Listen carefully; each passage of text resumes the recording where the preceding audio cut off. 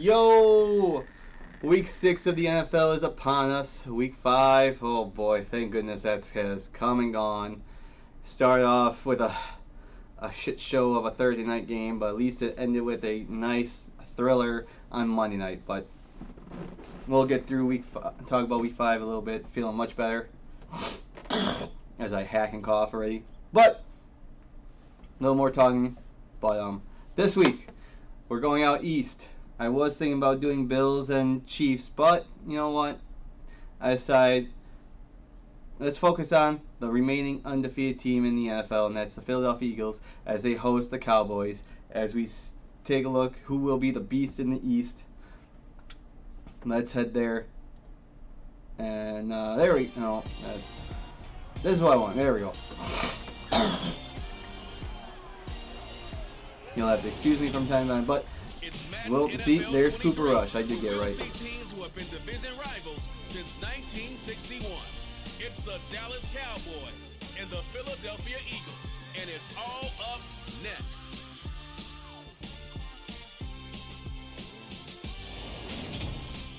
It's the NFL on EA Sports as you take a look there at Lincoln Financial Field. As we all know, this will be the Sunday night game, and hopefully it will be a good one, but you never know, it might be very sloppy, very ugly, but only time will tell. You have Cooper Rush, who has never lost a start, and you have Jalen Hurts, who is phenomenal this year. Alongside my partner Charles Davis, I'm Brandon Gaudin, and Charles, when you and I were going through our final run-throughs at breakfast, we kept thinking tonight we're going to get to see a couple of very good passing offenses. And we're talking about both sides having multiple receivers that can have an impact on this game. It's not just one guy that's going to make all the plays. If you take him away, maybe number 2, number 3, they make the big plays that impact who wins so, the game. where to begin? Where to begin? I mean, yes, right now the NFC East is by far the best division, even knowing they have one flawed team. They have the Eagles, they're undefeated at 5-0. You have the Cowboys and Giants that are 4-1. But then you have the Washington Commanders, who are 1-4. And just want to quickly look at the Commanders' schedule, even knowing they play Thursday night this week. Thursday night, you pay for what you get. They are traveling to Chicago and taking on the 2-3 Bears, and boy, oh boy. Thursday night, they paid a lot for this. Anyways, Here's the kicker, Jake Elliott, ready to get this one started. Looking at the Commanders, if you look back, week 1, they got their lone win. Okay, it was close. It was close. They almost lost to Jacksonville. Jacksonville, they're on the rise, but they stumbled last week. But that was their lone win so far this season. Commanders, they fell behind the Lions, but they could have made that game, but they fell behind. Okay, then they lost the Eagles. Then they lost to the Cowboys. And then they lost to the Titans in a close one. And I mean, at best they could be 2-3. But yeah, Commanders stink. They suck. We move on. From the 32 now, here's first and 10. I do feel like there's two big newses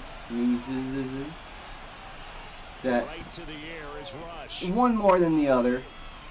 Left side We saw a lot, or heard about a lot on Monday, and then the other big news on Tuesday. But it kind of we'll start with the rough and the passer. Okay, get the elephant out of the room. How one man has changed everything, and that's Tua Tagovailoa, however you want to pronounce it. And how, several weeks ago, that was against the Bills. That was in the Bills game. Yes. How was that against the Bills? Another productive season from Then, one of the league's best backs. Yeah, because it was against the Bills. He gets sacked. He gets up, stumbles, falls down. Okay. So Let's, Back to throw, oh, Rush. he must have a concussion because he's stumbling, and he was cleared all concussion protocols and claimed it was just his back, which, you know, maybe, who knows. But the Dolphins got ridiculed and saying, oh, it's not his back, it's not his back. Or fans and so forth saying it's not his back, he had concussion, why are they bringing him back in, how do you pass concussion protocols? And, I mean, we all know concussions are those tricky things, you know? You can come up with so many tests, and concussions, there are, what, dozens of different type of concussions? He'll fire deep down. Oh, no, Cooper Rush wouldn't do that. Cooper Rush wouldn't do that.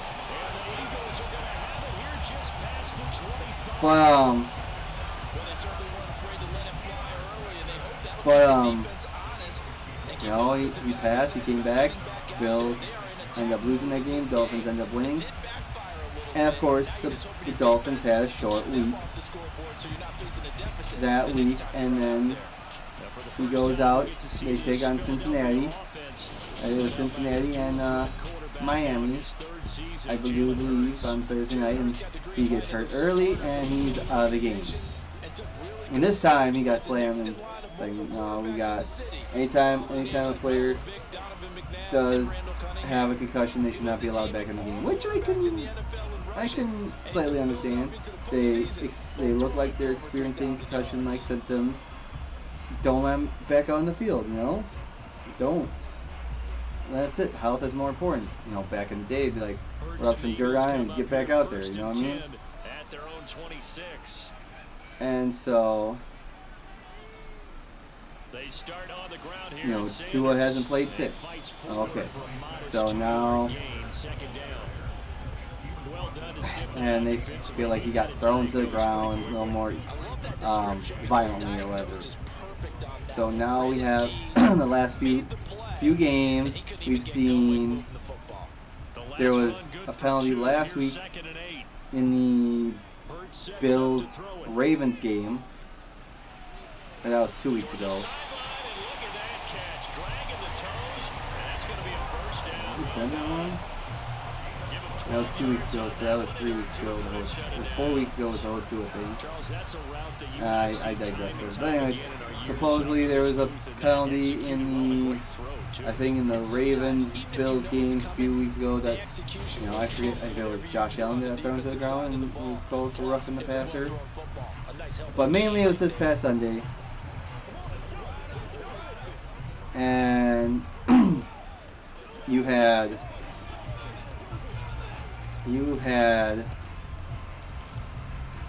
was it Jones from Atlanta? Whatever. The defender from Atlanta. It's late in the game. Atlanta's getting hot. Tampa Bay needs a first down. Atlanta needs to make a stop to get the ball back to potentially get a game-winning drive going in Tampa Bay. And guy comes around the corner and sacks Tom Brady. Flag, personal foul, roughing the passer. Like, how can you rough the passer on a sack? That's always my question to begin with.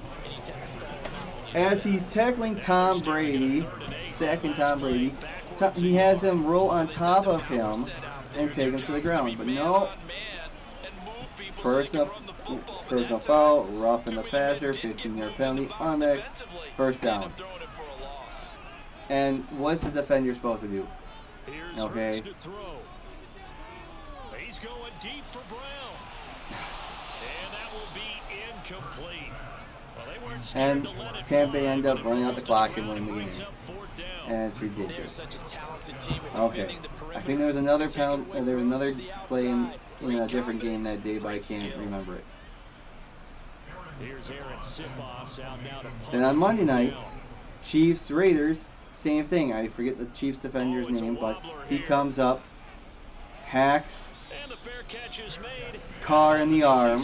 Ball comes loose. He falls on top of Carr as he's recovering the ball, and he gets flagged for roughing the passer. It's like, one, it's a strip sack fumble recovered by the defense, okay? Two, the defender has nowhere to go. He can't, unless he wants to break his own arm, he has to fall on top of Carr. And three, it's ridiculous. And we saw this, I saw this for sure several years ago in 2018 when this first started, about being more careful with the quarterbacks. And with Clay Matthews, 3 weeks in a row. Week 1, he hit Mitch Trubisky a little late after the play, like, okay, that's unnecessary. Week 2, I forget if it was in regulation or in overtime, but he hits Kirk Cousins. He sacks Kirk Cousins, or hits him slightly after the play, after he throws the ball. I forget which one. I think it was an incomplete pass, and the drive would have been over. And nope, Vikings kept the ball, and that game ended in a tie. And then week 3, I think Green Bay was in Washington. Same thing.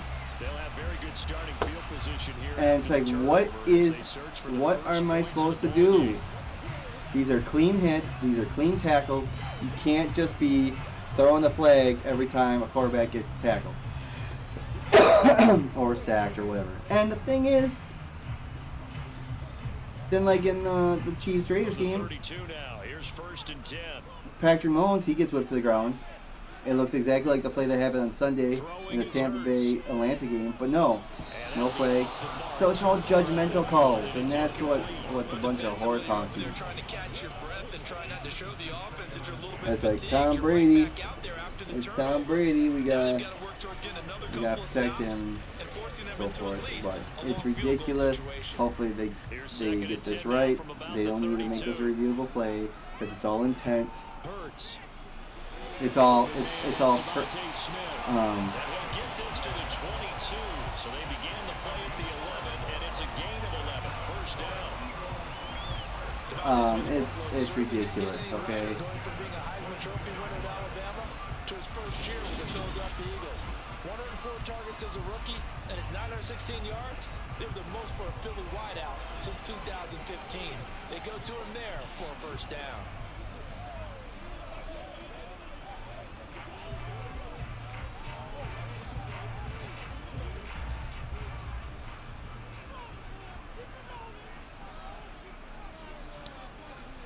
They'll throw on first down with Hurts. And this is caught by Watkins. I can already say what Rush has already thrown 2 interceptions. I don't think that's going to happen this quick in the game.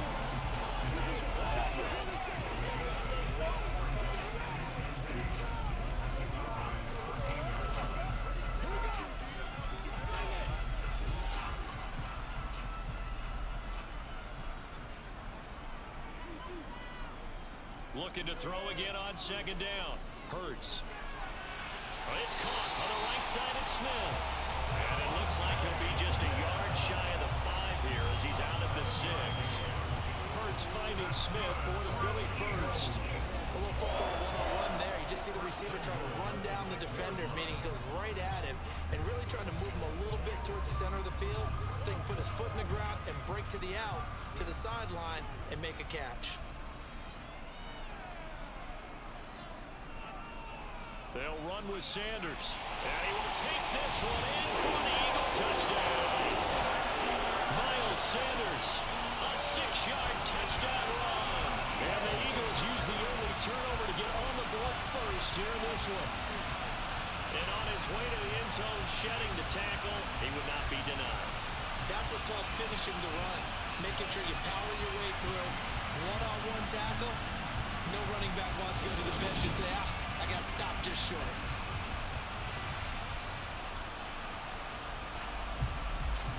On for the extra point, Jake Elliott.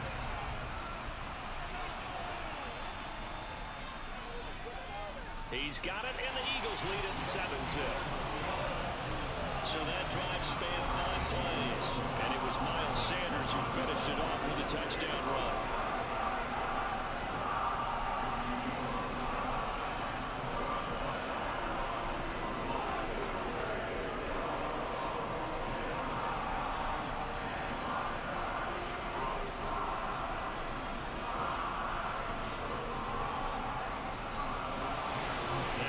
Touchdown. Here's Elliott on to kick it away.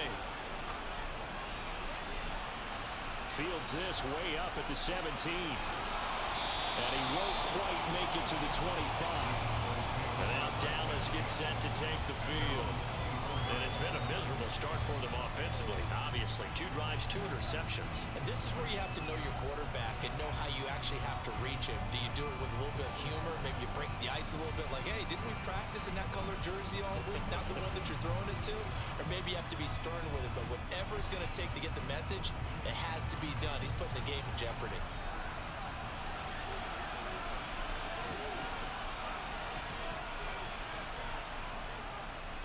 Oh, it's coming back, holding. And they get him down, but not before he takes it across the 40-yard line. Holding, offense. All right, so they got that one, Charles, against the center. And let's remember how difficult it is for the center, because remember, he's got to snap the ball to put the play in motion, and sometimes you got that big guy on your nose. You got sometimes where he's coming at you at an angle. It's a difficult job for him to snap the ball and then execute his block. Yeah. Oh, and it doesn't matter. He gets it right back, basically. Okay, anyways. The next thing... The next big thing I want to talk about, even though I shouldn't... I mean, several things. That's it. First down to get that kind of yardage, because it actually opens up your playbook on second down. First, let's talk about what happened last week in the Rams 49ers game and the protesters. Okay, this is twice now during a Rams game.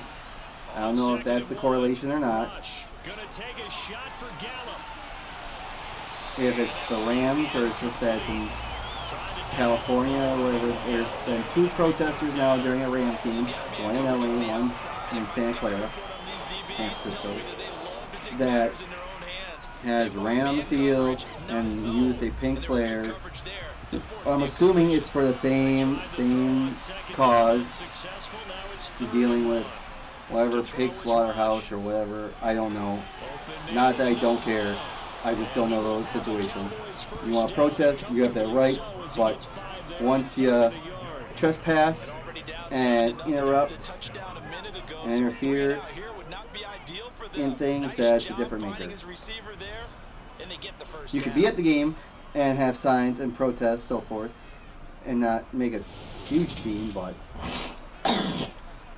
running on the field, that's trespassing, and so forth. But you have last week on Monday night, a protester runs on the field, has a flare in his hand with pink smoke, and I was waiting for another interception. And this time, and he's running towards the Rams sideline. Security's trying to chase him, and then 2 Rams players attempt to. One tries to grab him. The other one, Bobby Wagner, throws his shoulder into him and knocks him on the ground so security can get him. And of course, I kind of was watching the game, and there was a big delay, and I didn't know it at the time. I usually watch games on mute because I don't need to hear the commentators. I like to listen to other things. I like watching the game. Don't need to hear the commentators all the time. Anyways, now the protester filed a police report. Now he's filing a lawsuit and claiming that he suffered a concussion at the hands of Bobby Wagner. Which, like I said before, concussions, you don't know. It affects everyone differently. He might have suffered a concussion. Doesn't take much. And I don't know. I feel like that the protester was going to file a lawsuit no matter what. If the security from the stadium, you know, however if they were the ones that were able to comprehend him and tackle him and so on and so forth,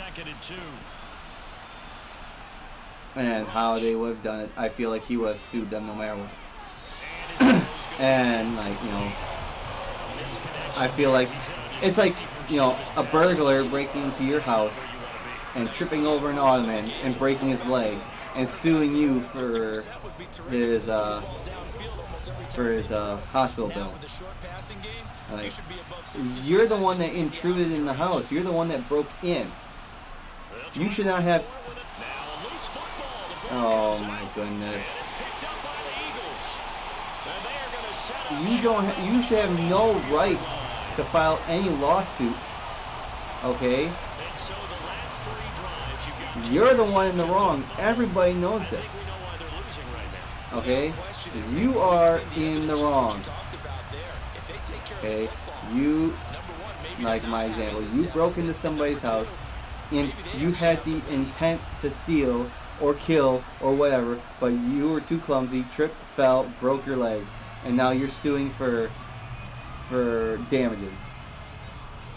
Like horse shit, you know? So, on this side, I hope Bobby Wagner's case, it gets thrown out. The guy was trespassing. You know, like the only, I think the police reports, hospital reports, whatever, is that the only injuries he suffered initially were burns from the flare. And you don't know what type of chemicals are in that flare. You know, Bobby Wagner and all the other Rams players that were close and security were inhaled that smoke. You know, maybe they have irreversible damages too. You know? The protester was in the wrong. Let's keep this clear and straight. We know who was in the right and who was in the wrong.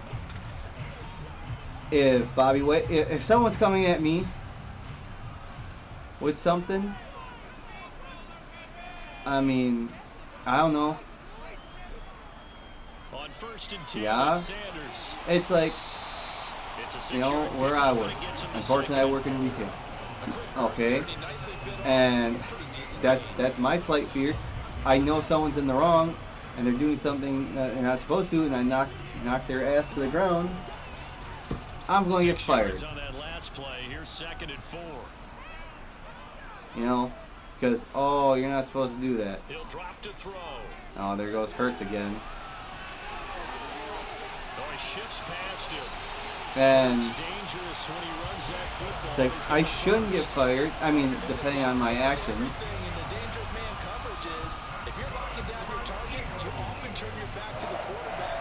You know? And it's just the type of world we live in. It's like, I'm an employee of this place. I'm trying to keep everyone else safe. And I hurt one person who's jacking off and being an a-hole, but then I'm the one that lose a job. You know what I mean? But you know, it's not like Wagner doesn't have the money to pay whatever. You know, he's in my, like, I wouldn't say Wagner's in the right, but he should be in the clear. You know what I mean?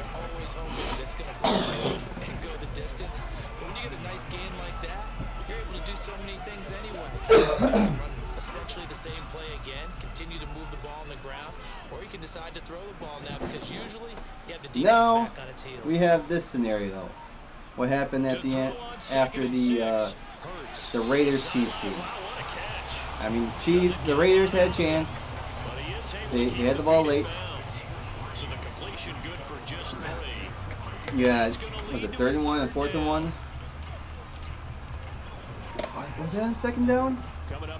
Whatever. I mean, maybe that was 3rd and 1. Looked like they had 1st down. Devontae Adams catches it, but didn't get both feet in before he possessed the ball. Then on 4th and 1, Adams and Hunter Renfrow bump into each other, collide as the ball sails way downfield, and turnover on down. Chiefs, after being down 17-0, I think they made it 20-10 at half. They were able to come back and win. And, you know, Adams frustrated, Davante Adams frustrated. Thought he had a first down. No, it was reviewed. It was reviewed and overturned. And he bumps into his own man. He's frustrated. He's walking off the field, and inadvertently, the cameraman cuts in front of him, and Adams he's frustrated. He pushes the guy over and he falls down. Gets pushed over, falls on his ass. Adams keeps on walking to the locker room. You know, and the camera sees it, and everyone reacts like, "Jeez." And it's like, is that necessary? No. We understand. We all understand. Davante Adams is frustrated because that's how the game ended. He only got 3 catches, but two of them were for touchdowns for 126 yards or something like that. You know. Said 4 catches, 5, but then, and it's like, oh man, Adams, he's gonna get fined. He should get fined for his actions. And then it's like, oh, he might also get suspension time for this actions, you know. And then in the presser after the game and on social media, Davante Adams apologized. I'm sorry to the guy they pushed over. You know, emotions got the better of me. I'm sorry. Shouldn't have done that. Etc. Etc. It's like, yeah, well, would have, could have, should have. Sorries. I only do so much. And of course, now, in this instant, the cameraman. What the heck? Why is there a lineman catching the ball? So you have this cameraman. He was taken to the hospital, treated for non-life-threatening injuries, which now some say, you know, he's claiming that he's suffered whiplash. He filed a police report, and now he's suing Davante Adams for assault charges. And it's like, well, and some people are trying to defend Davante Adams, like, oh, this guy intentionally walked in front of him. The cameraman knew what he was doing. He's just trying to get a cheap dollar. Like, and it's, I just roll my eyes and so on and so forth. But this is certainly a case where one team needs big splash plays right now, but unfortunately, it's the other team that's getting them. And it's like, anyone that's saying that the guy he did intentionally, and that Adams in the right and so forth is just a bunch of horse. If Adams wasn't in the wrong, why did he apologize? You know, Adams knew what he did. Like, if interesting to see what they have planned for 2nd and 23. Inside if nifty move. Adams realized that sooner, he should have turned around, walked back, helped the guy up, apologized, this and that. But, you know, it's a little too late for things like that. But I've seen the video. I've seen both angles. It's like you're walking in a store, and all of a sudden, you know, you bump into somebody. Or like, oh, geez, sorry.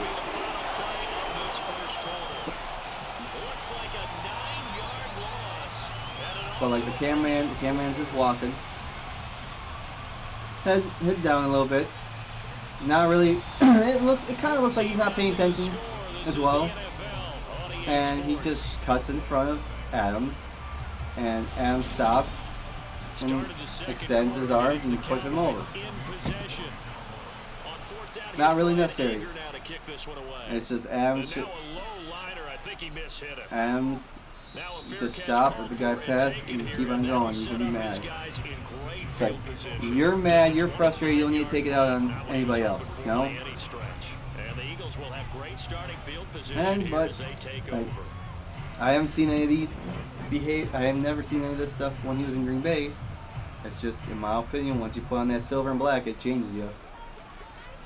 And he's like, you know, beginning of the season, you know,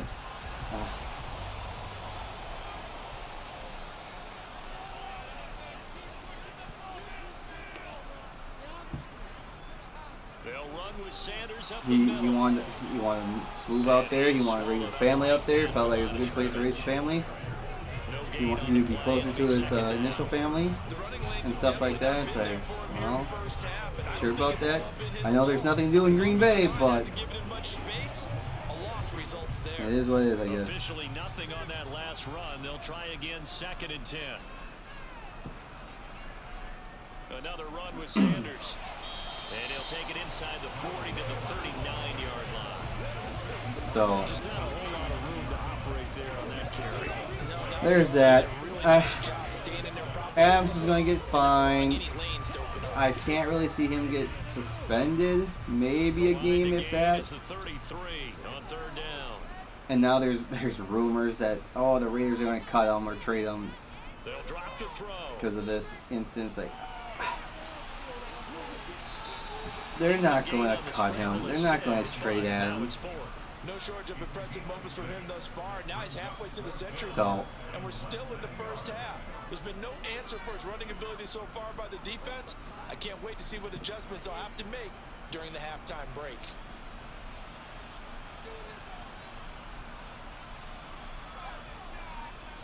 They're going on 4th down with Hurts.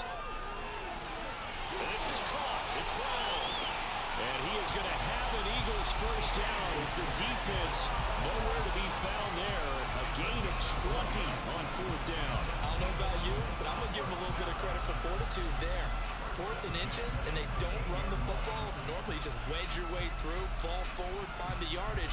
They took a shot and put it in the air, and it paid off. Maybe they saw the defense overcommitting. A lot of confidence there, though, because even if they overcommit, you just want to make sure you get the first down. You throw an incompletion on 4th down there, they're going to second-guess you the rest of the game.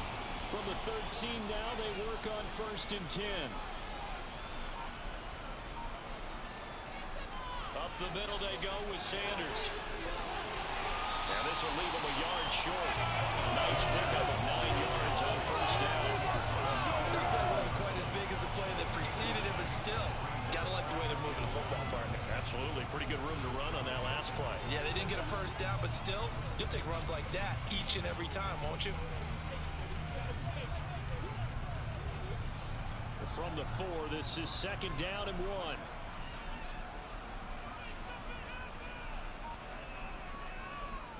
It'll be Hurts on the option. And he'll take it into the end zone for the Eagles touchdown. Jalen Hurts with his 2nd touchdown here in this first half. And the Eagles take a 3-touchdown lead. Boy, so if you are scoring at home, Charles, and God bless you if you are, but that's now 3 drives and 3 touchdowns. So in a baseball game, wouldn't that wreak havoc on your scorecard? Yes. I mean, with all the action that's happening now, how they got here, whatever cliche you want to bring into it, they're locked into a groove, they're clicking on all cylinders. Bottom line, they're piling up the points. Elliott good on the extra point, and it's now 21-0. That time a 6-play drive, and it results in a 4-yard touchdown run.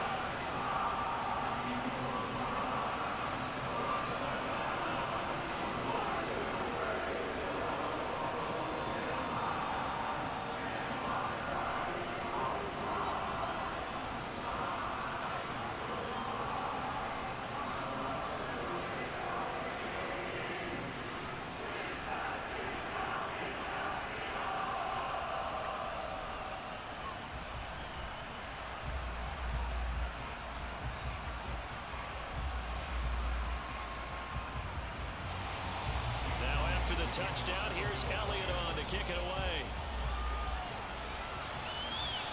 And bounce out of the back of the end zone, so we will start here at the 25. Possession of the football going back to the Cowboys. Well, CD, you kind of feel like they're in a bit of a danger zone right here because now you're down 3 scores, and I know we're in the first half, but the way this offense hasn't been able to generate anything, you feel like they probably need to get something going on this drive, right? Yeah, and sometimes I overuse that this is an important possession, but I think this has to be the possession where they come up with an answer because only a few teams in league history have ever come back from a 4-score deficit. And if they don't score here, that's what they could be facing the next time they get the ball. 41 yards on the ground for him so far. Now, Brandon, that's the way you want to run the football. There should almost be quote bubbles about the offense right now. Bam, boom, biff. That's how they feel good about moving the football.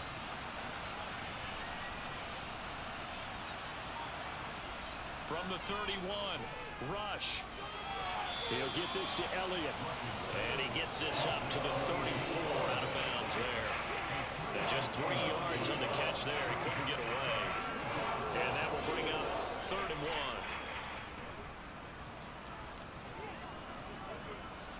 So they just need 1 yard here to pick up the first down. Well, they'll probably lose 10. Oh, no, you got the first. Elliott. With a juke. And he'll be out of bounds after getting this one across the 40. It goes as a gain of 8 and it moves the chains. I know the game's changed. A lot of people would say it's evolved. Look, I'm a little bit Neanderthal, okay? I love this. No exotic formations, no misdirection.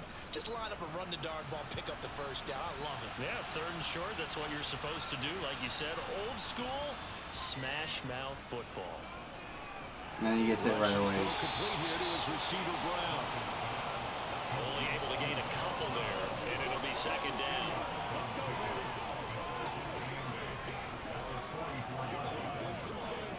Yeah, I heard about this morning.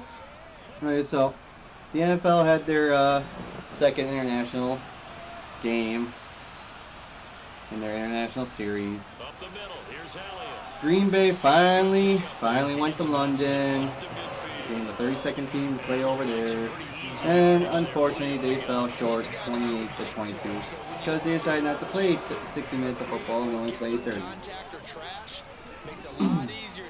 But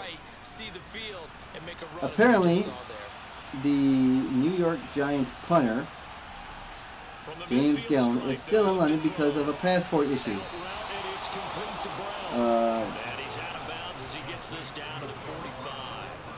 But he's expected to be back in the States by Thursday.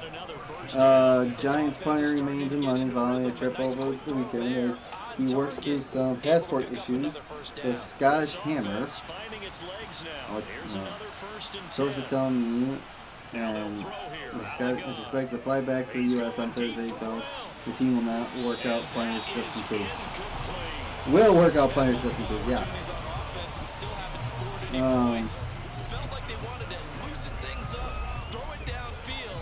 Okay, the Giants and the punter knew about the potential passport issue for the return flight in advance of the trip. They were expecting him back in, oh jeez.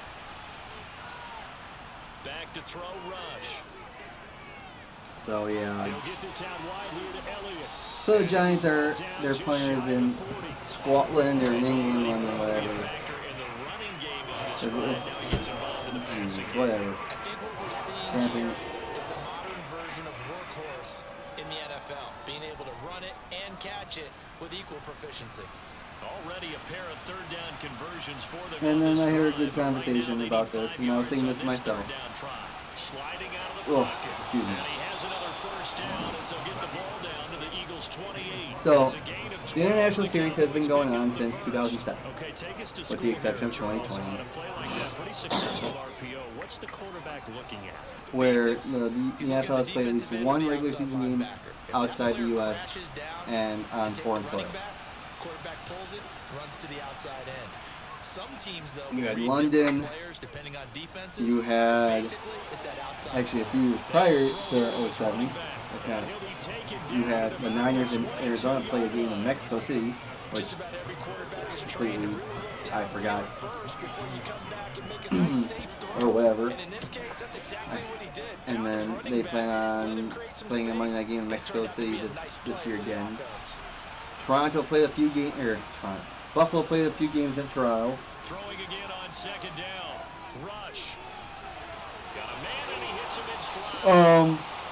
And this year they also are going to play a game for the first time in Berlin, no, Munich, not Berlin, Munich, Germany. And all these games are regular season games. They matter. Okay? They are a point of emphasis. But yet, like this past summer, Manchester City and Munich came to Green Bay to play at Lambeau, but that was, well, both, one's from the Premier League, the other one's from the Bundesliga, or whatever it's called, in the German soccer league, in a friendly, okay, but the Premier League doesn't come to the U.S. to play a meaningful game. It's usually a friendly.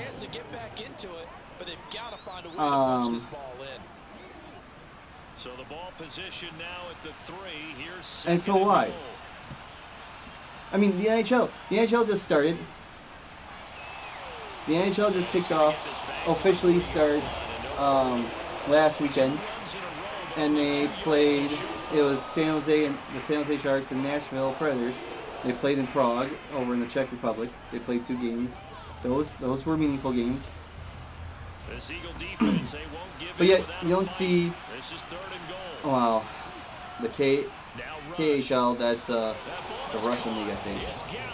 I don't know what, like I say, the Swedish league is or whatever, but I mean, you don't see them coming over here in the States to play regular season meaningful games, you know.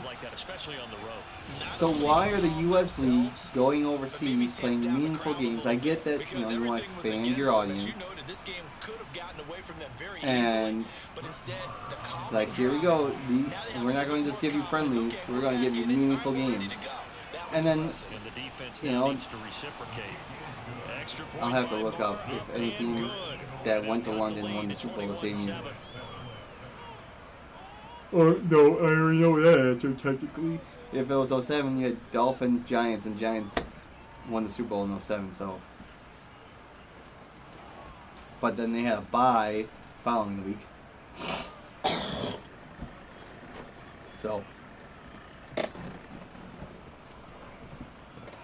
I kind of digress, I should say. Anyway. I'm not a big fan. Not a big fan of the international series, especially if they're meaningful games. I don't mind the NFL playing over in Europe. I don't mind them playing internationally. But then you have to adjust. The U.S. audience has to adjust for the international audience. You know? And like, for me, the game was at 8:30, which is okay, but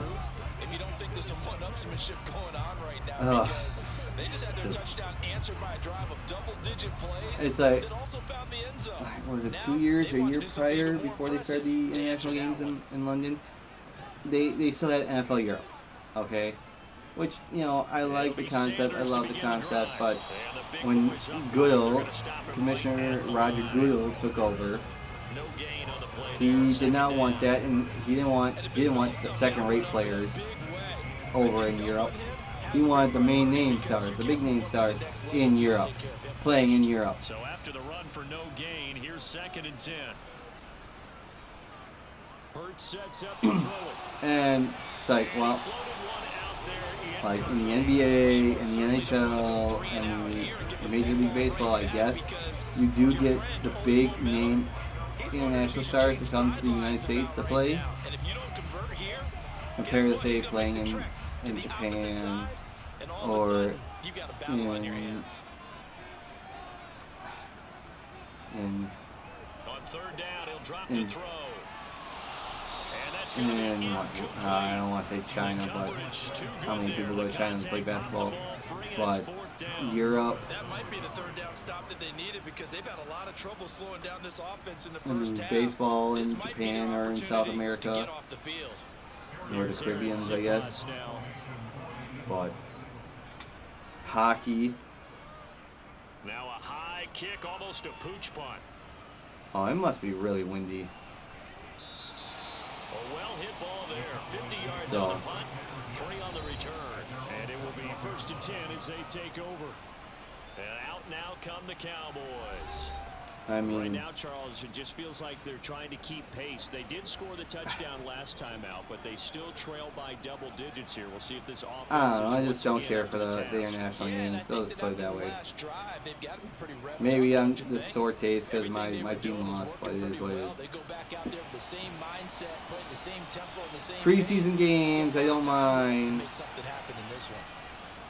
But there's just so much revenue that's lost in the States. And if you're really that concerned about international play, yeah, I think, yes, you want to be an international brand. You want to be a global brand. But don't forget where you started. The way they're carrying themselves. They're starting to move the ball. You know, and what you have to do, maintain your poise, and start to put together some drives. and now there's talk that Goodell wants a whole division over in London or in Europe. It's like, how is that going to work? Just like I said, just bring back NFL Europe. Have a spring league over there. You know, have two-way contracts. You know, you play in the States or you play over there. You can see the time and effort and thought that they put into their passing game because it was evident right there. It looks like a simple pitch and catch, but you and I both know that they have planned for this and worked hard to make it happen.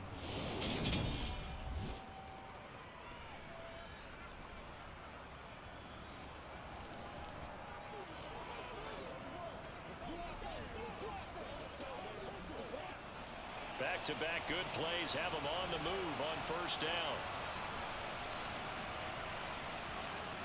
Back to throw. Rush. A quick throw there going to be batted away and incomplete. And not a common sight, at least on this drive. A momentary setback, though, for this passing game that has been moving well this series. Good thing for them, though. Still 2 more downs to connect and try and pick up another first down.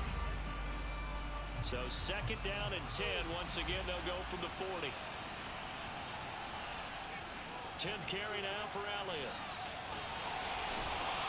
They'll wind up getting 4 down to the 36. That 2nd down play call was not to pick up the first down. It was to accomplish what they did to get them into a manageable 3rd down because they had incompletion on first down, so they were behind the sticks, so to speak. They needed to make up some ground, and they did. The Cowboys on 3rd down. They've been very good, 5 for 7 thus far. This will be 3rd and 6. Looking to throw. Rush. They'll set up the screen to Elliott. And a pretty nice tackle there, ranging up from his free safety spot as he'll step out about a yard short.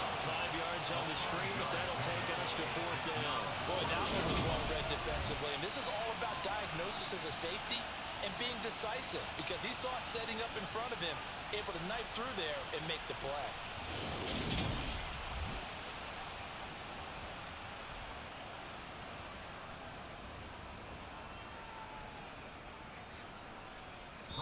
The Eagles going to take the first of their timeouts.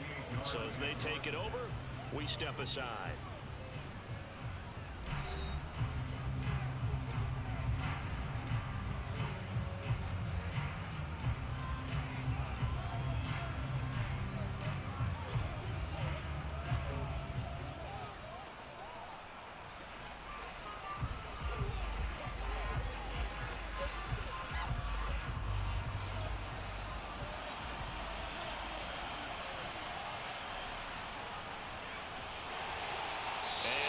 He close. Did he get there? No, they're going to say he shortened the line to gain. Mike McCarthy took the gamble, didn't pay off. And the Eagles defense able to hold. Partner, when you see a running play stop short like that, you just know that the defensive front, they won the battle of leverage and created a push back into the opposing backfield. And for the offensive coordinator, whether you had 1 yard to go or 20 yards to go on 4th down, now you're probably saying, oh, maybe I should have passed it, right? Yeah, hindsight is always 20/20.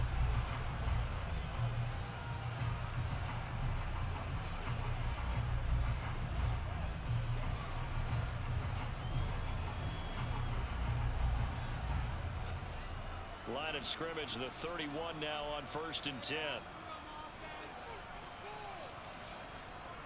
Throwing is Hurts.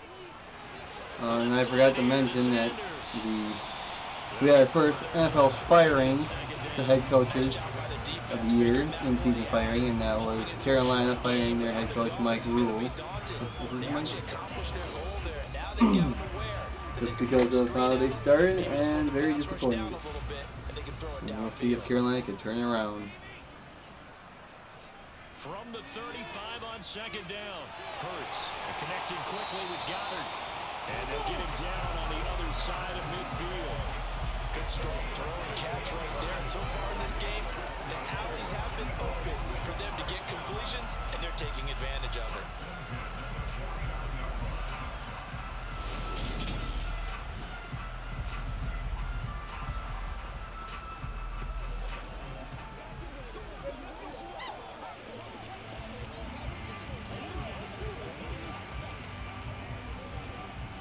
Creeping up on a minute to play in this first half. On 1st and 10, it's Hurts. Quick slant here to Smith. Now the Eagles will use the second of their timeouts as they'll stop it with a tick under a minute to go before half.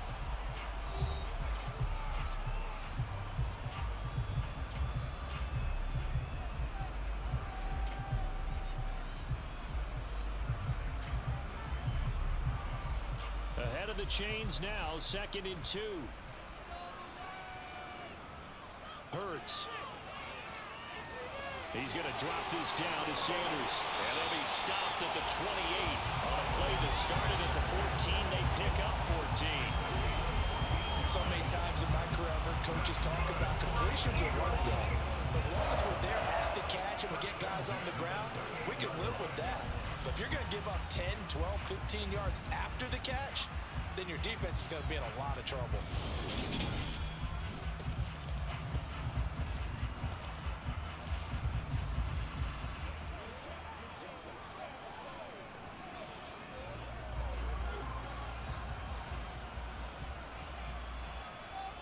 They'll throw on 1st down with Hurts. To the sideline, and wow, what a catch there. He doesn't get a lot, but he was able to get the feed down complete. Down inside the 10. They go right back to him for 20 and a first. Just picking up yardage in bunches here these last few plays. They have moved right down the field, and just like that, they're going to be set up with a 1st and goal.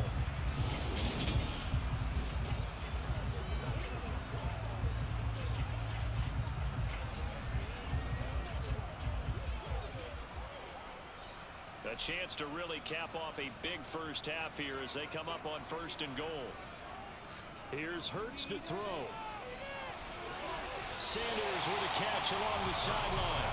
And just shy of the goal line as he's out of bounds right at the 1. A gain of 7 that time. 2nd goal. And just in general, Charles, on a play like that, how tough is it for the defense to account for a running back essentially being a receiver downfield? It's very difficult, especially if the running back has skills like a receiver, and you're aware of that before the game even begins. So throughout your practice sessions, you're going to want to be aware of him. Where is he lining up? What can he do? What kind of damage can he do to us downfield? And who can... And he is into the end zone. Touchdown, Philadelphia. Jalen Hurts on his way to a monster game. 3 first-half touchdowns. And the Eagles will extend their lead here just before halftime. They have really had their way so far in the first half, but they wanted to continue to build on their lead. They know that no lead is safe in this league, so they decided to try their best to get one more as they headed into the half, and they got it done.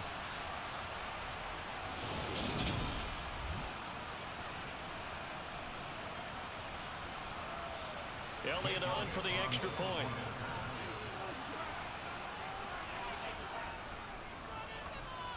He knocks it through. It's 28-7. So this drive spans 7 plays, and it ends with a 1-yard touchdown run.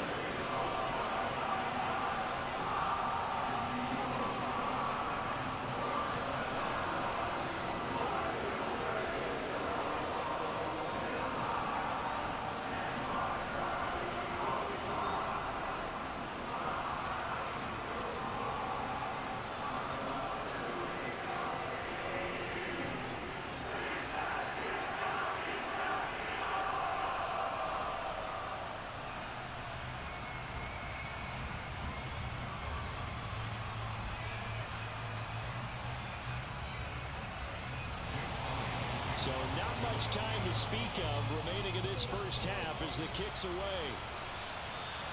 And this will be a touchback as that sails over the end line. And the Cowboys going to go on offense one final time in this first half. And with time quickly fading here in the second quarter, not sure how aggressively, offensively they want to play this. I think we'll find out just how much they trust their guys in this situation if they decide to take a shot.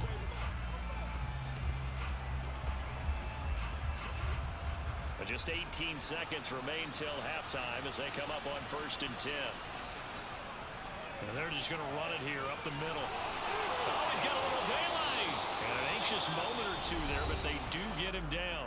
Now the Cowboys going to burn the first of their timeouts as they'll stop the clock with 12 seconds to go in this first half.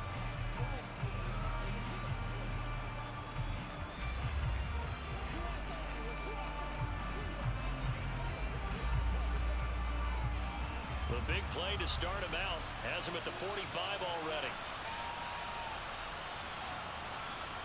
To throw is Rush.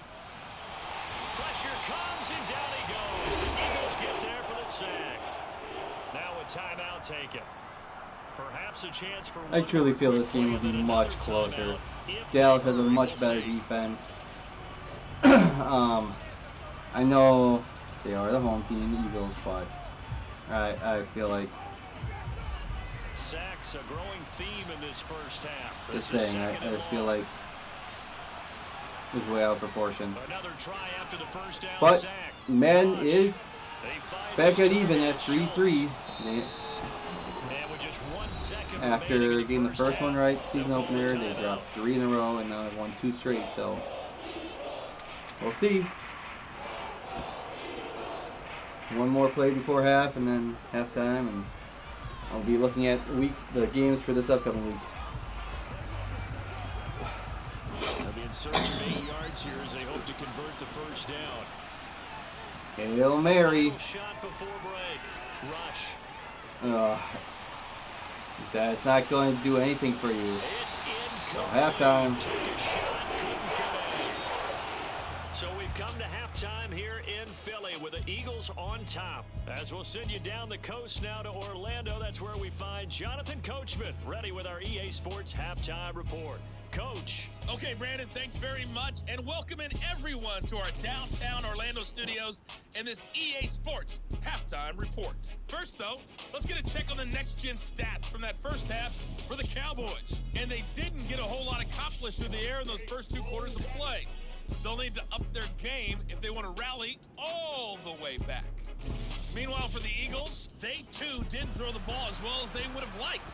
And I think both teams would say there's room for improvement in the second half. All right, Coach, thank you very much as we welcome you back for quarter number 3.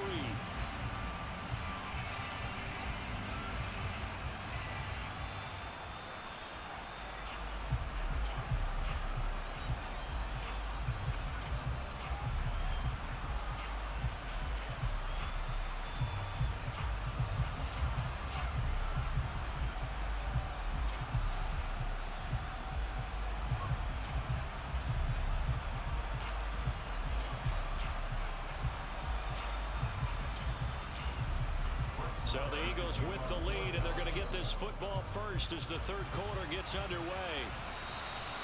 And that'll carry over the back line of the end zone for a touchback. Out come the Of course, the Eagles get the ball first. Offense first here in the third quarter.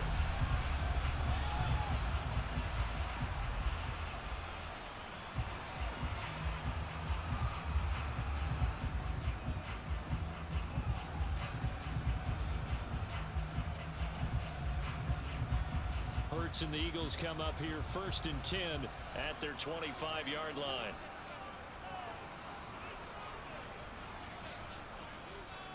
He'll start with a handoff to Sanders. And he finds a little bit of room, enough for 4 yards. It'll be second down. Well, on every play call, you realize it's not going to go for a touchdown. So a lot of your calls are setting things up for maybe later in the game, trying to establish the inside run with toughness now. Hopefully get to the perimeter later, and let's face it, you could do worse than a 4-yard run on first down. Second down, here's an option right. And they get him down, but not before he takes it across the 40-yard line. And that one will go for 13 yards on the keeper and a first down. Well, you certainly have to give a little credit here because they're playing this game now at their pace. This is ball control football, sustained runs, taking their time and making it work.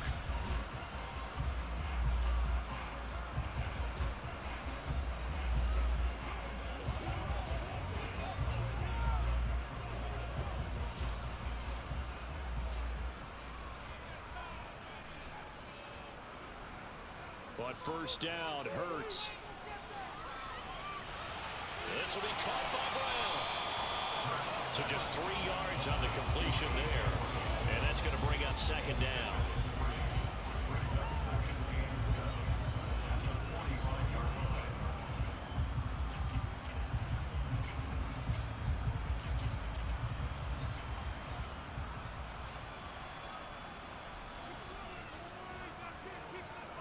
He'll look to throw. Flushed out right. And they'll get him down on the other side of midfield. Partner, even I can figure out who deserves the lion's share of credit for their lead right now because he's been terrific in a dual threat role, really chewing up yardage and getting them points with his legs. Simply put, that defense has had no way of stopping him, and that's why his side is on top.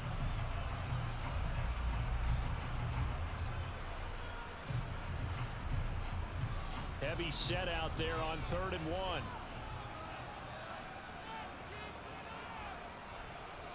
They'll try and run for it with Sanders. They'll be marked inches short. No gain on the play, and that's going to lead them to 4th down. I apologize in advance, partner, but the beefeaters on the interior of this D-line, you just know they were licking their chops on 3rd and short. And yes, they were rewarded with a tasty dish, stuffing that one short of a first down. So they're forced to punt on 4th as this one's away. And this one will be touchdown inside the 40-yard line. The Cowboys offense now, they head out for their first possession of the second half. It must be super windy in the game.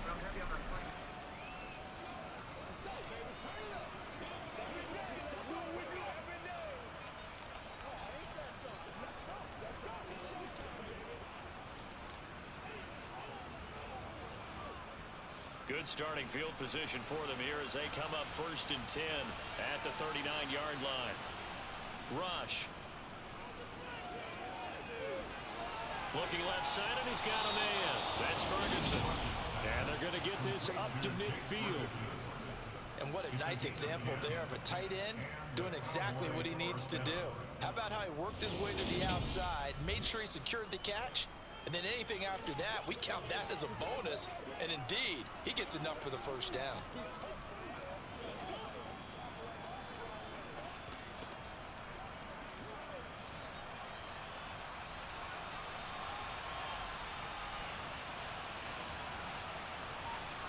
Here's Rush to throw.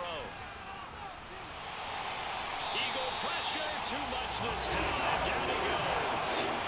That's sack courtesy of the effort of Hassan Reddick. You can just see it in their body language. They're starting to see victory on the horizon now, and if it comes to fruition, they got to give a game ball to the front 7. Defensive line has taken charge and controlled this game. Face a challenge of stopping this opposing offense, and they've done so with ease.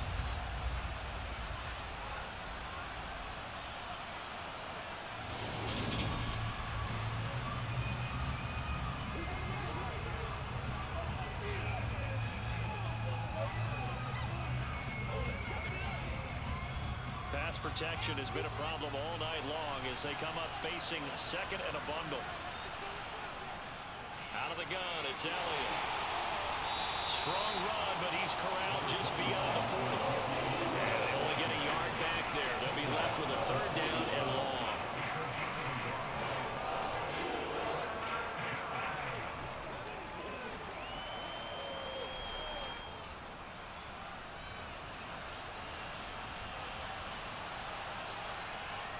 Throwing here, Rush. And this is caught. It's Brown. And they'll get this well past midfield before being stopped just before the 35. 3rd and 19, no problem, as they're able to convert. Well, we talk all the time about playing situational football, and right now I think the scoreboard is dictating what they need to do. Where they are in this game, they've got to push the ball downfield, take their shots, try and get big chunks of yardage in a short amount of time. That was a nice play there.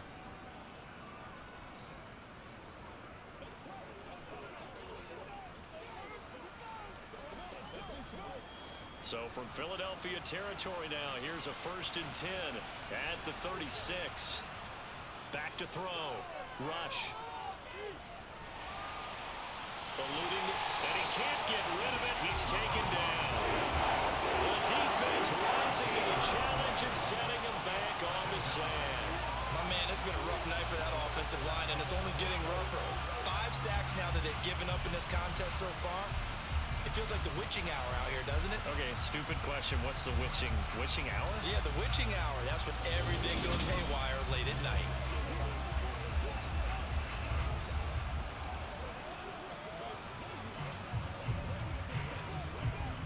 Pass protection has been a problem all night long as they come up facing 2nd and a bundle. From the midfield stripe, they'll look to throw. And for a 3rd time tonight, he's intercepted. Picked off by Avonte Maddox. Past the 20. Yeah, sure, whatever. See, I'm not saying that the Eagles won dominate, but not like this. I don't think the other time they're not supposed to win. In this blowout that's happening. For this offense in the 2nd half, those thoughts pretty well dashed after that interception return there. It just has not been a good outing for this unit whatsoever. There's no other way to say it. They've been overmatched, haven't performed to the level that they've needed, and that throw there just going to contribute to this game getting out of hand.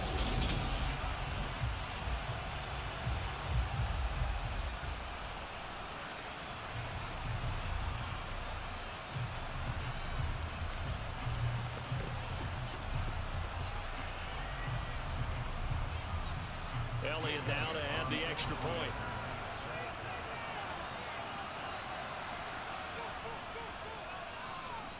And he's been a busy man, 5 for 5 now as he knocks another one through to extend the lead. So the defense creating some points, not only getting the interception, but then returning it to the end zone for the pick 6.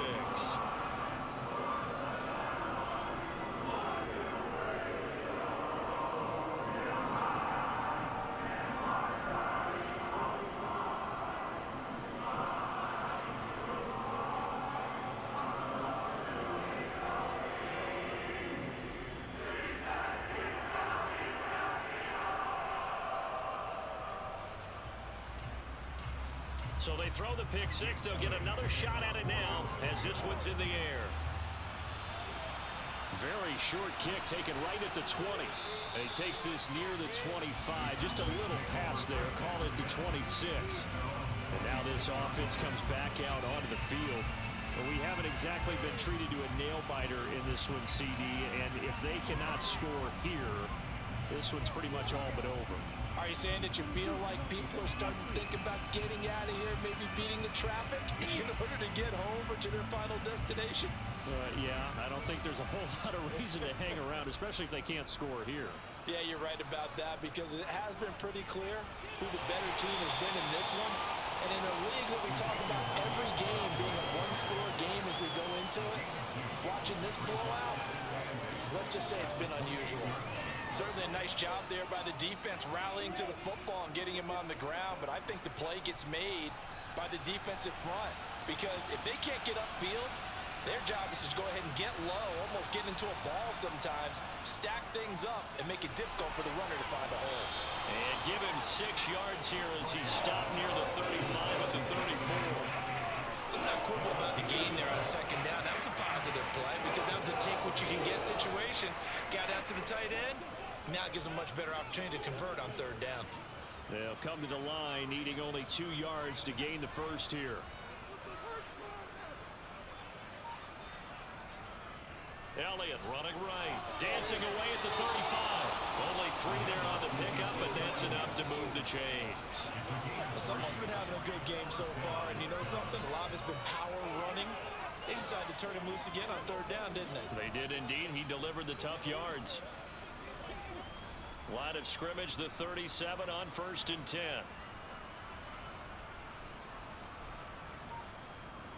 They keep on the ground with Elliott. Stop shy of the 45. Showed off a nice little move on the play, though. 95 yards for him on the ground now. He has been a tough man to bring down all night. You know what really fires up offensive linemen? When the guy that is carrying the ball behind them can create his own space and break a tackle along the way. From the 44, Rush. Pressure comes, and down he goes. The Eagles get there for the sack. That winds up pushing him back 11 yards on the sack. And that'll bring up third. I don't know what else can be said about this pass rush. They have been sensational. CD, that is now 6 sacks for them. And how many times do we talk to offensive coordinators and they say a sack is a result of everyone on offense not doing their job? But let's be honest about this one. This is the offensive line unable to counter the pass rush. They've been teeing off all game long. The Eagles call on the extra defensive back here as they prepare for a stop on 3rd down. Looking to throw. Rush. And for the 4th time tonight, it's an interception. Picked up by James Bradbury. And the Eagles will have the football as this is taken up past the 30. But to be blunt, not a whole lot has gone right for this defense in this ball game. But that's something right there, still in the 3rd quarter. It would take something around miracle territory for a comeback, but maybe that's a start, Charles. It certainly is, and they're definitely showing that there's some fight still left in them. Hasn't been a banner day. Okay, this is getting out of hand. This is getting ridiculous. But let's take a look at the games that are coming up this week. We finally have some byes. I do believe we have 4 teams with byes. Let's see if I can find them real quick.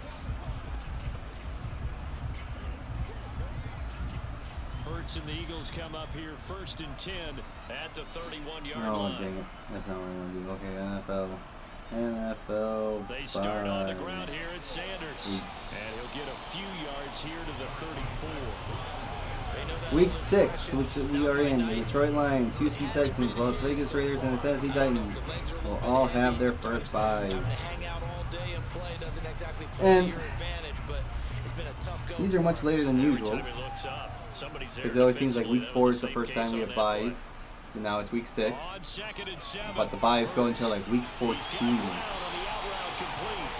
which gives you 3 weeks left after you have your final bye. You play 13 weeks and then you have 4 games left.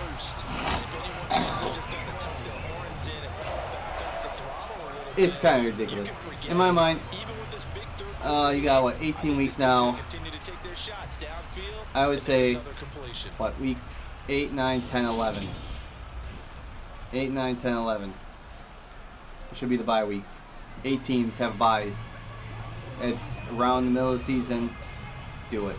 Anyways.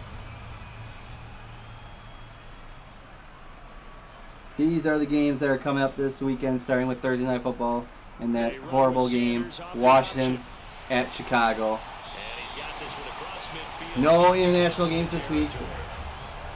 Early games, we have San Francisco at Atlanta, New England at Cleveland, New York Giants at Green Bay, Jacksonville at Indianapolis, Minnesota at Miami, Cincinnati at New Orleans, Baltimore at New York Giants, Tampa Bay at Pittsburgh. Late games, we'll see Carolina at LA Rams, Arizona at Seattle, Buffalo at Kansas City, and Sunday Night Football, Dallas at Philly. I'm pretty sure it's going to be a much closer game. And last but not least, Monday Night Football. For the 4th time in the first 6 weeks, we get the Denver Broncos on prime time. They will be at the LA Chargers. Yes. That was the other thing. Let's talk about real quick. Last year, the Bronco fans were pissing and moaning that they did not get a Monday night game. Their streak of most consecutive appearances on Monday night came to an end. It was tied The Green Bay Packers tied it. Now Green Bay still has a Monday night game this season. They were scheduled a Monday night game this season. If it stays and holds, they'll have the new record of most seasons with appearing on Monday Night Football. It's because they didn't get that Monday night game and not so many primetime games because Denver sucked last year. Okay, and they all say, "Oh, they just need a quarterback. They just need a quarterback." Well, they got their quarterback. So what happens? Here, first 6 weeks, 4 primetime games. We start on Monday night at the beginning of the year. Then they had Sunday night, week 3, I think it was. Then you just had Thursday night, and now you have Monday night again. At first, week 1 for Denver, it was decent. You saw the return of Russell Wilson to Seattle, and Geno Smith shows that he's a better quarterback, and Seattle winning. Okay, then 2 weeks later, I think, it was 2 weeks later, they host San Francisco, horrible Sunday night game. They end up winning still. Then this past week, they were on Thursday night, no touchdowns, no nothing. Fans were leaving before overtime started, and they lost. Now, they'll be on Monday night once again. And if they find a way to win, I will poop my pants. But I digress. Let's get to my picks. Last week I went 9-7.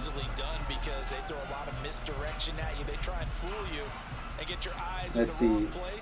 But you're right about that one. He correctly figured that one out and made a really nice play.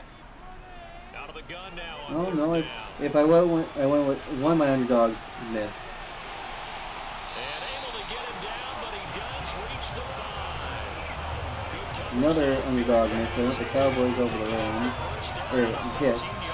I went with the Jets over the Dolphins. That hit. And another underdog missed. Anyways, I digress. So let's start with Thursday Night Football. Commanders at Chicago. I'm not sure. I kind of am going with the home team here. I think Chicago's going to win. But I kind of want the Commanders to win.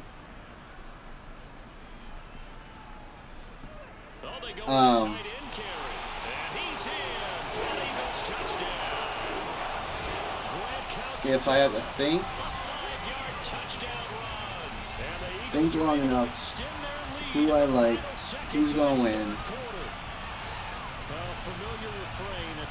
I'm going with the upset. Give me the Commanders. I can't go with the Bears. I just can't. Bears stink. They suck. San Francisco at Atlanta. San Francisco is a much better team than they are with Jimmy G. Atlanta should have won last week, but they didn't. They're the home team. It might be here and there, but I have to go with San Francisco. Okay. New England at Cleveland. Another tricky one. It might have been just that they had Patriot and the old school logo for the Patriots, but they did shut out the highest scoring offense in the NFL.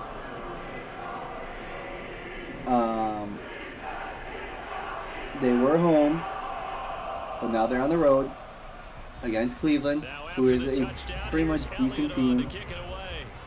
Cleveland is, are they 2-3? They beat Carolina week 1. They lost to the Jets week 2. They beat the Steelers on Thursday night.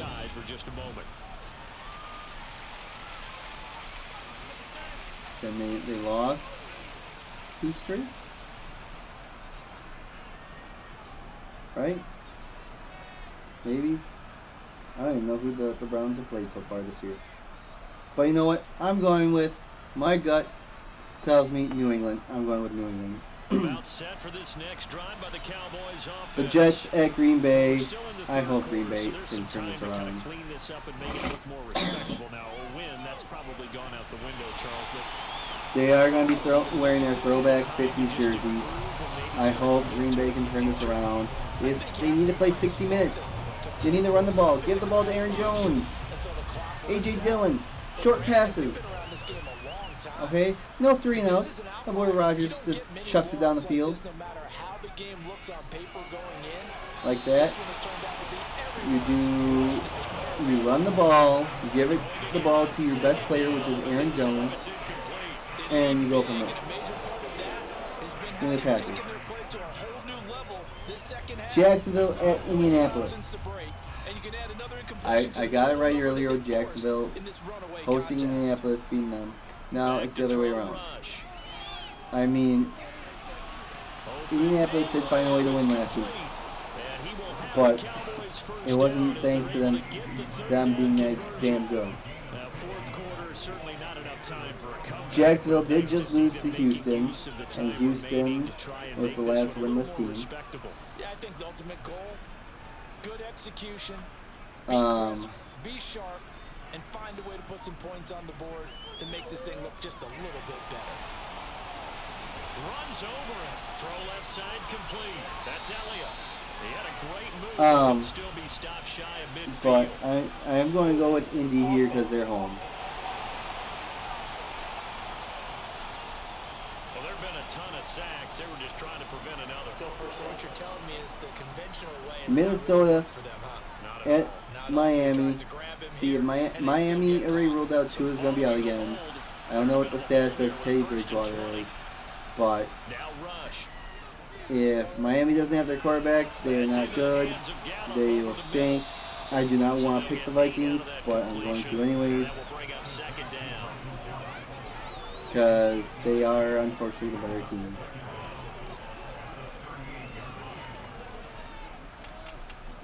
Cincinnati at New Orleans. It depends on which New Orleans team shows up. Okay, if it's a team that beats Seattle in high power offense, okay, yes, you can win. Cincinnati. Who did they just play? They played Sunday night and they looked horrible. You know what? Give me the Saints. Saints are home. They had a healthy Alvin Kamara, so maybe. Back to throw again. Just maybe. He'll fire deep downfield for Lamb and unable to connect. Incomplete. I'll give them credit. They took their shot, but it's going to bring up 4th down. Anyways, we move on. Baltimore at New York Giants. The Ravens are going to go up against their former defensive coordinator. As expected, they're going for it to keep the drive alive. Gonna take a shot for look out for Saquon Barkley. I feel like the Ravens are the better team, but their defense stinks, and I hope the Ravens have a better chance than the Packers did. So, in all honesty, I think the Giants can pull this one off. I think they can pull it off, but I'm going with the Ravens. I do think the Giants can pull off the upset, though.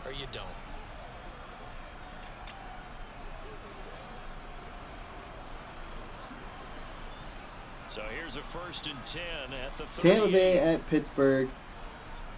No question, doubt. Give me Tampa Bay.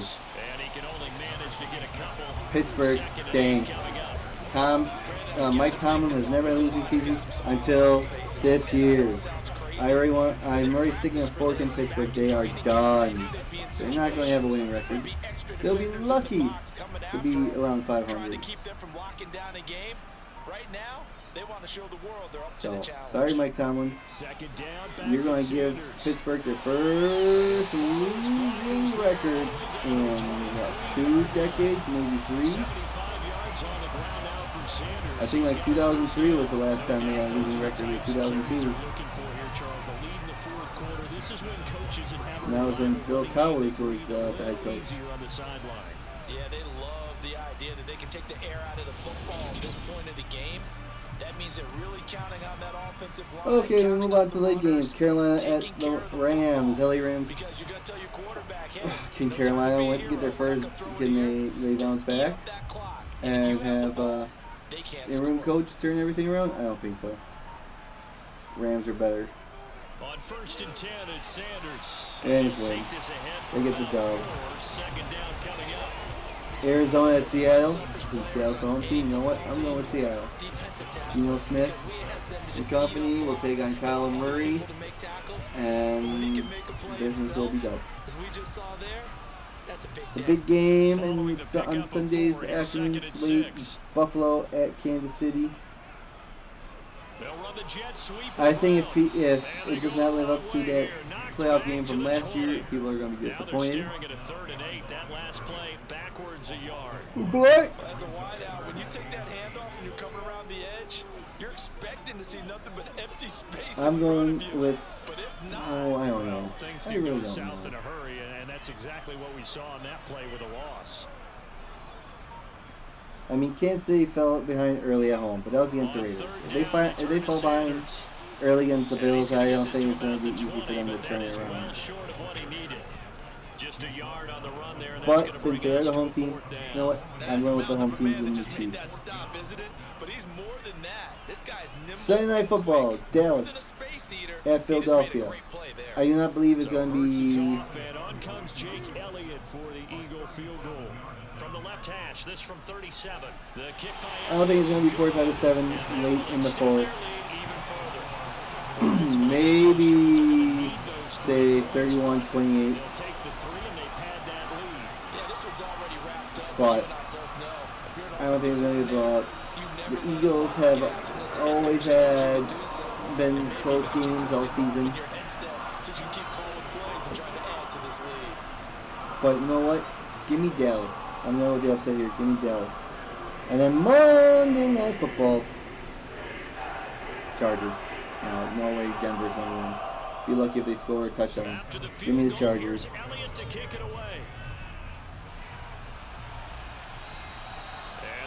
Get a chance to return this one as it's through the end zone for a touchback. And now Dallas gets set to take the field. Where we stand right now in the fourth quarter, this one pretty much out of reach. And Charles, I know they're going to be disappointed about several things with this ball game, but the self-inflicted wounds, they've had several turnovers. You would have to think that's going to be something they're going to discuss heavily in the film session in the coming days. You're absolutely right about that, partner, because they're going to have to sit in that film room and watch every. So we have under 10 minutes left to play. Let's just sit back, relax, and see if the Cowboys can pull the ultimate comeback. And get better for the next time out. This, they'll use as motivation for the rest of the time that they play to hopefully never be in this type of situation again. A nice little screen. They get 6 on first down. And a really nice play call there to start the drive, especially if you're a team that has a little bit of a reputation for throwing it downfield. You come out and you think maybe you can catch them off guard a little bit, and they did.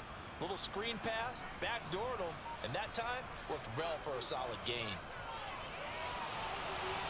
Now he's going to swing this one out to his running back. And he went backwards.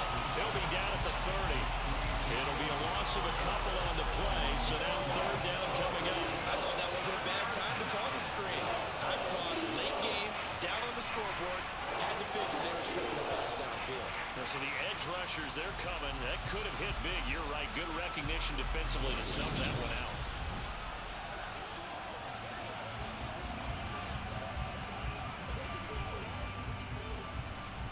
They'll need 5 on this play to move the sticks. Back to throw. Rush. And he's going to have to eat this one as down he goes. The defense rising to the challenge and setting him back on the sand. Part of my vocabulary isn't that great, but to me, there's only one word that fits this front seven today, and that's dominant. 4 and 5 sacks is already rare in one game.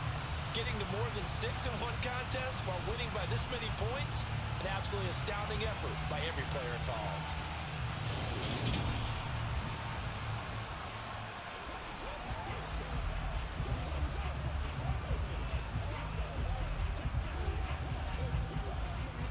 Here's Brian Anger now. As the drive goes backwards, so he's on to punt it away. And here's a very low-line drive, almost whiffed on it. And a fair catch called for and taken right on the midfield stripe. Officially, that'll be marked down as just a 28-yard punt. And this offense, they're going to have excellent field position. They take over with a 1st and 10 on the short side of the field.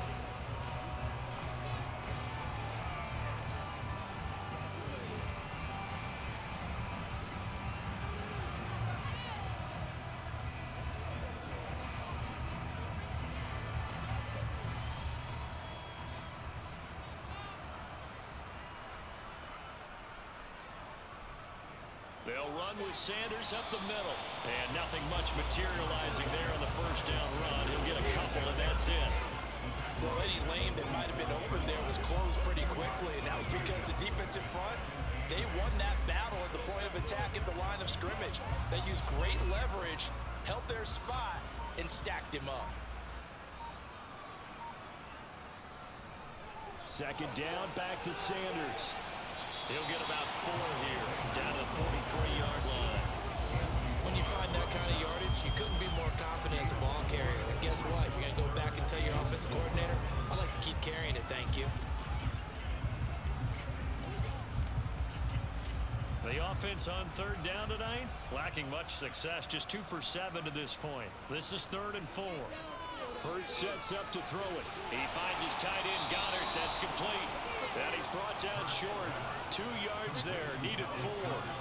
If this were baseball, we call this small ball. Instead of pushing it downfield, they throw a short pass trying to pick up the 1st down, but the defense rallies to the football and stops him short, bringing up a 4th down.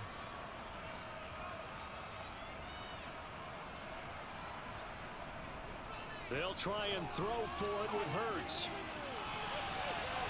And a dangerous throw there as that's knocked down and incomplete. The Eagles unable to convert there on 4th. And the Cowboys defense is going to get them the football back.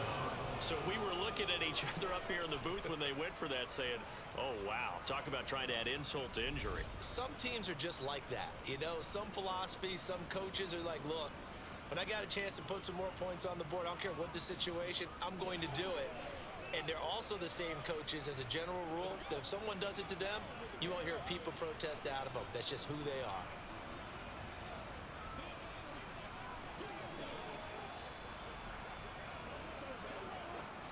So good starting field position for him here as they come up 1st and 10 at the 41-yard line. Another carry tonight for the workhorse Elliott. And he'll get this up past the 45 to the 47. He'll get a nice chunk there on the 1st down run, and it's 2nd and 4. Well, the last run makes this a 100-yard night. I've loved the way he's hit the holes. He's been quick, he's been decisive, and he's been a whole lot of fun to watch. The last run got 6, now 2nd and 4. Operating from the gun. Rush over the middle, complete. It's Schultz. And they're going to get this down to about the 37. Well, I mean, look, obviously there's no 20 or 30-point play in that playbook, but they can try to end things here on a positive note despite trailing big, and that looks like what they're trying to do here by pushing the ball downfield. Well, let me go with the heavy cliche then, partner. Just control what you can control right now, and all they can control here is how their final plays develop. Line of scrimmage, the 37 on 1st and 10. Looking to throw. Rush. And that is caught on the right sideline, but out of bounds, says the line judge. The throw took him a little too far. It's 2nd down. That incompletion brings us one step closer to the end of this one. Maybe mercifully, partner. And let's face it, though, no surprise, they're still flinging it around. They have pride, too. An incomplete pass on 1st down. That leads to a 2nd and 10. To throw again. Rush. Got a man. It's Brown. And this will go as a gain of 7 as he gets it to the 30-yard line. One thing I think that's safe to say defensively, the tackling's been really good. And because of that, it's been very, very hard for them to move the ball because you're not getting the benefits of run after catch. They're tackling them almost on the spot. That means you have to run extra plays, harder to move it.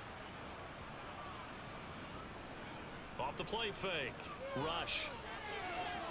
And it's incomplete. took a shot, couldn't connect. That's coverage you'd expect to see in a tie game late. Not in a lopsided game like this. They are not letting up.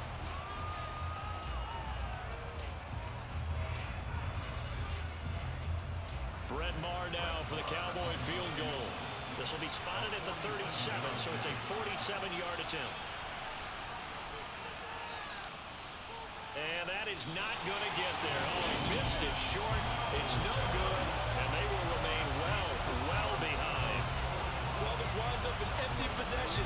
Everything looked okay. He just never got the ball on target. And knowing him, he'll be disappointed with that effort.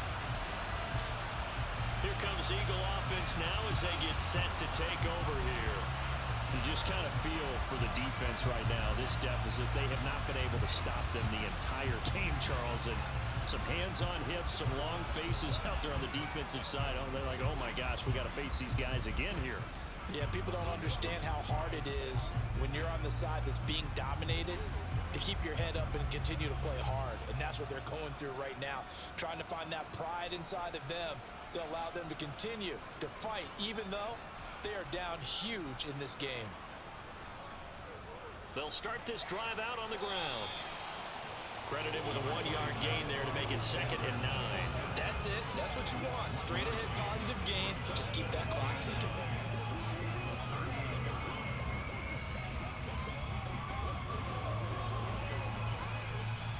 Here's 2nd and 9, just a yard on that last run. Hurts.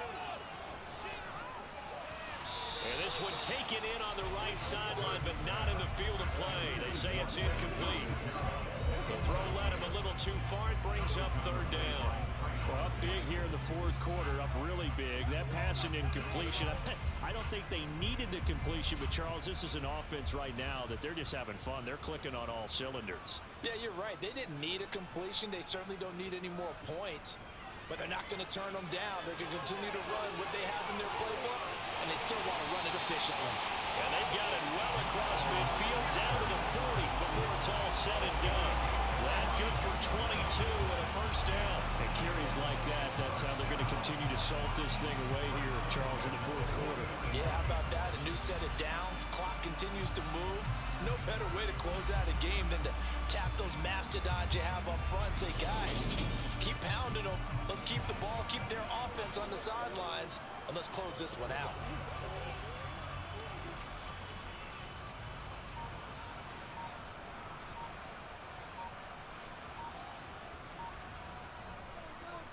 Right back to Sanders on 1st down.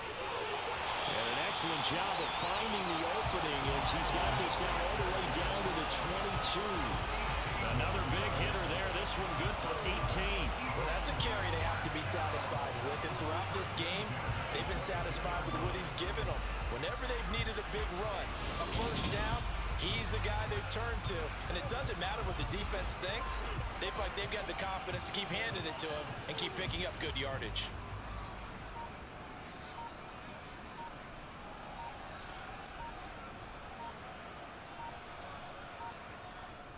They'll go again with Sanders. And he's taken down after a gain of 3 as they move it from the 22 to the 19. He's had success on this drive, but not on this play. Finally, they bowed up defensively. I think they were determined not to let him take it pretty much all the way down the field. Yeah, it looks like they handled their run responsibilities correctly this time. What we call them run fits, everyone was in the right place. Just 2 minutes remaining here in the 4th quarter of what has been a one-sided affair. So it's Eagle football here as we get you reset. They've got a 2nd down now as they look to salt this one away. And they'll get him down right around the 16. 3 yards on the pickup. That's going to set up an interesting 3rd and about 4 to go. I mean, what a blowout. I think week 6 will be interesting. Here's the 7th play of this drive. The real question is week 7, just a quick peek. Oh, excuse me. There's still not too many good games on the docket.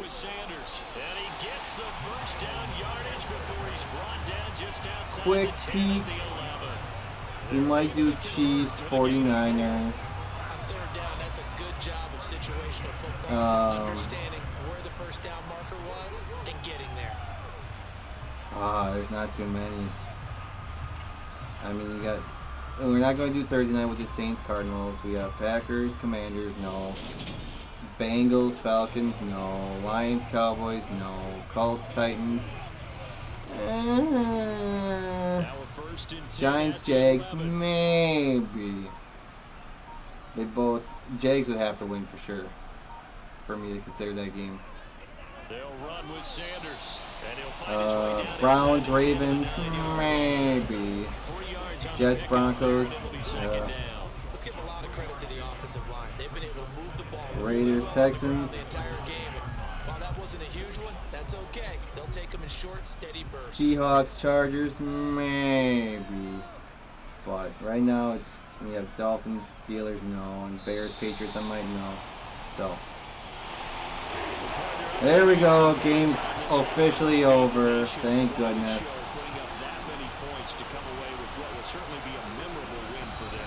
Oh my goodness. No, I don't see that happening.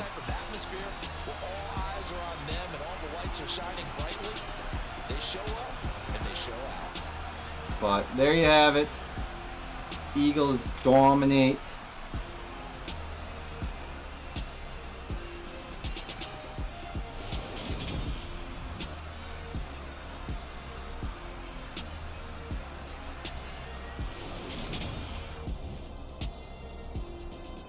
And yeah.